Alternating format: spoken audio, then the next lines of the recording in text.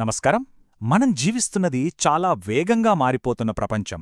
మరి ఈ కొత్త ప్రపంచంలో కేవలం బ్రతకడమే కాదు, ఇందులో రాణించాలంటే మనల్ని మనం ఎలా సిద్ధం చేసుకోవాలి, మన స్కిల్స్, మన హ్యాబిట్స్, చివరికి మన ప్రతిరోజు వీటన్నింటినీ మన విజయానికి సోపానాలుగా ఎలా మార్చుకోవాలో ఆ సంగతేంటో ఈరోజు చూద్దాం. వినడానికి చాలా ఆశ్చర్యంగా ఉంది కదూ. ఆలోచించండి, ఒక చిన్న గ్రీటింగ్ కార్డులో ఒకప్పుడు ప్రపంచం మొత్తంలో ఉన్న కంప్యూటింగ్ పవర్ కన్నా ఎక్కువ శక్తి ఉందట. ఇది కేవలం టెక్నాలజీ గొప్పతనం గురించి కాదు. ఈ మార్పు మన పనిచేసే విధానాన్ని, మన జీవితాలను ఎంతగా మార్చేసిందో చెప్పడానికి ఇదొక శక్తివంతమైన ఉదాహరణ. అవును, ఈ టెక్నాలజీ విప్లవం కేవలం మన చేతిలో ఉన్న ఫోన్లను మాత్రమే మార్చలేదు, మన కెరియర్కు సంబంధించిన రూల్స్ను కూడా పూర్తిగా మార్చేసింది. పాత రూల్స్ ఇక చెల్లవు. మరి ఈ కొత్త ఆటలో గెలవాలంటే మనం తెలుసుకోవాల్సిన కొత్త నియమాలు ఏంటి? ఒకప్పుడు పరిస్థితి వేరు. మన విలువ అంతా మన అనుభవం, మన సీనియారిటీ మీద ఆధారపడి ఉండేది. ఒకే ఉద్యోగంలో జీవితాంతం గడిచిపోయేది. కాని ఇప్పుడు ఆట పూర్తిగా మారిపోయింది. నిన్న ఏం చేశామన్నది కాదు ముఖ్యం, ఈరోజు మనం ఏం చెయ్యగలం, రేపటికి ఏం నేర్చుకోగలం అన్నదే పాయింట్. మన వయసుతో సంబంధం లేకుండా మన ప్రస్తుత సామర్థ్యమే మనల్ని నిలబెడుతుంది. అవును, ఈ రోజుల్లో ఉపయోగపడటమే విజయానికి అసలైన సూత్రం. ఒకసారి బిల్ గేట్స్ చెప్పిన ఈ మాట వినండి. నేటి ఆర్థిక వ్యవస్థలో అసలైన ఆస్తి అంటే పెద్ద పెద్ద భవనాలు కాదు, ఖరీదైన యంత్రాలు కాదు. అది మన మెదడులోని ఆలోచన, మన చేతుల్లోని నైపుణ్యం. ఇది ఒక కంపెనీకైనా, ఒక వ్యక్తికైనా, ఎవరికైనా వర్తిస్తుంది. సో దీన్ని బట్టి మనకు క్లియర్గా అర్థమయ్యేదొక్కటే, ఈ కొత్త యుగంలో మన స్కిల్సే మన కరెన్సీ. మరి ఈ విలువైన కరెన్సీని సంపాదించుకోకుండా మనల్ని ఆపేదేంటి? చాలాసార్లు బయట ప్రపంచం కాదు, మనలోనే కొన్ని అలవాట్లుంటాయి. అవే మనకు పెద్ద అడ్డంకులుగా మారతాయి.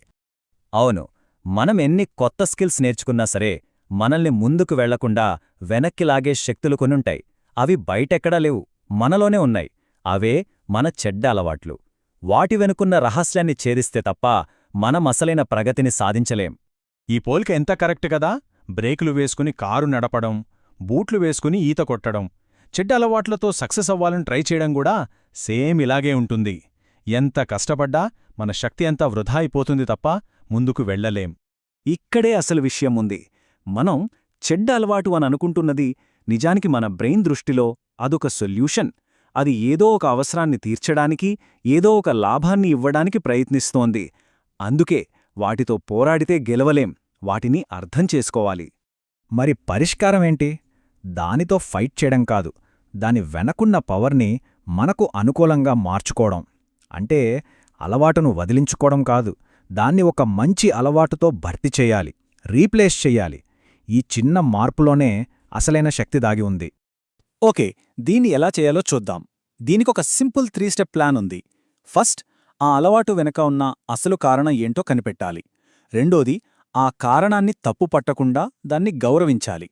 చివరిగా అదే అవసరాన్ని తీర్చడానికి ఒక మంచి ఆరోగ్యకరమైన దారిని ఎంచుకోవాలి. అంతే, సింపుల్. ఇది నిజ జీవితంలో ఎలా పనిచేస్తుందో చూద్దాం. ఫర్ ఎగ్జాంపుల్, రిలాక్స్ అవడానికి సిగరెట్ తాగే బదులు అదే రిలాక్సేషన్ ఇంకా ఎక్కువ ఎనర్జీ ఇచ్చే వాకింగ్ లేదా ఎక్సర్సైజ్ చేయొచ్చు. ధైర్యం కోసం తాగే బదులు నిజమైన స్నేహాన్ని పెంచుకోవచ్చు. ఓదార్పు కోసం జంక్ ఫుడ్ తినే బదులు మన శరీరానికి మేలు చేసే రుచికరమైన ఆహారాన్ని ఎంజాయ్ చేయవచ్చు. చూశారా, ఇది వదిలేయడం కాదు, అప్గ్రేడ్ చేసుకోవడం. సరే, మంచి స్కిల్స్ ఉన్నాయి, చెడ్డ అలవాట్లని మంచి వాటితో రీప్లేస్ చేశాం, బాగుంది. కానీ వీటిని మన డైలీ లైఫ్లో ఒక భాగంగా ఎలా మార్చుకోవాలి? దీన్ని అర్థం చేసుకోవడానికి ఒక మంచి పోలిక ఉంది. ఒకసారిలా ఊహించుకోండి, ప్రతి ఉదయం మన ముందు ఒక కొత్త ఖాళీ కాన్వాస్ ఉంటుంది. ఆ రోజు చివరకు అది ఒక అందమైన పెయింటింగ్ అవుతుందా, లేక గజిబిజి మరకలతో నిండిపోతుందా అనేది పూర్తిగా మన చేతుల్లోనే ఉంటుంది. మనం కొంచెం అజాగ్రత్తగా ఉన్నా చాలు, మన కాన్వాస్ మీద రకరకాల మరకలు పడిపోతాయి. అవేంటి? ఇంటర్నెట్ గాసిప్, ఆఫీస్ పాలిటిక్స్, అనవసరమైన విమర్శలు, ఇవన్నీ మన రోజు అనే చిత్రాన్ని పాడుచేసేస్తాయి. అందుకే ఈ ప్రశ్న మనల్ని మనం అడగాలి. మన రోజుకు ఆర్టిస్టెవరు?